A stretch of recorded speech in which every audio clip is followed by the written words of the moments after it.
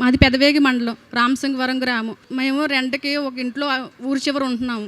2 నెలలు అవుతుంది ఆ ఇంట్లోకి వచ్చి. ఆ ఇంట్లో జూన్ నెలలో 8వ తారీఖున దొంగతనం జరిగింది. మా ఇంట్లో 3 వ్యక్తులు వచ్చి బీరువా పగలగొట్టి, ఇంటి తాళాలు పగలగొట్టి, వాళ్ళ ఇష్టం వచ్చినట్టు చేసి వస్తువులన్నీ తీసుకెళ్ళిపోయారు. ఆ నెలలో మాకు చాలా బాధేసింది. అందరూ మేమే దొంగతనం చేసుకున్నామని అన్నారు. కానీ మేము చేసుకుంటాం ఏంటని బాధ కలిగింది మాకు. కానీ మేము ఎక్కడెక్కడికో తిరిగినా కూడా మాకు ఎవరు ఏ సమాధానం చెప్పలేదు. పోలీస్ కేసు పెట్టాము. ఫింగర్ ప్రింట్స్ వాళ్ళు కూడా మా ఇంటికి వచ్చారు, తీశారు. జూలై నెలలో ఇక్కడికి వచ్చాం ప్రార్థనా శక్తికి.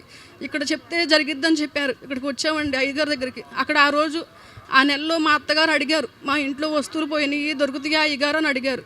అడిగితే వస్తాయమ్మా పో అన్నారు. మొన్న నెలలో ఇక్కడికి ప్రార్థనకు వచ్చాము. ఆ రోజున సగం ప్రార్థనలోనే మాకు పోలీసు వారి నుంచి ఫోన్ వచ్చి మీ ఇంట్లో పడిన 3 దొంగలు దొరికారు, మీరు తొందరగా రండి అని చెప్పారు. ఆ రోజే మేము అక్కడికి వెళ్ళిపోగానే ఆ 3 దొంగల్ని మాకు చూపించారు. మా వస్తువులు ఎక్కడ ఉన్నాయో కానీ అవి కరగబెట్టేశారు. మాకు వాళ్ళ దగ్గర నుంచి డబ్బులు వసూలు చేసి మాకు కొత్త వస్తువులు కొనిచ్చారు. ఈ ప్రార్థనకు వచ్చాక మాకు ఇవన్నీ సాక్ష్యాలు దొరికాయి. మాకు అంతకుముందు మాకు ఏ విధమైన సాక్ష్యాలు కానీ ఏ విధమైనవి కూడా దొరకలేదు. మేము చాలా సంతోషపడుతున్నాం, గర్వంగా తలెత్తుకున్నాం మా ఊర్లో.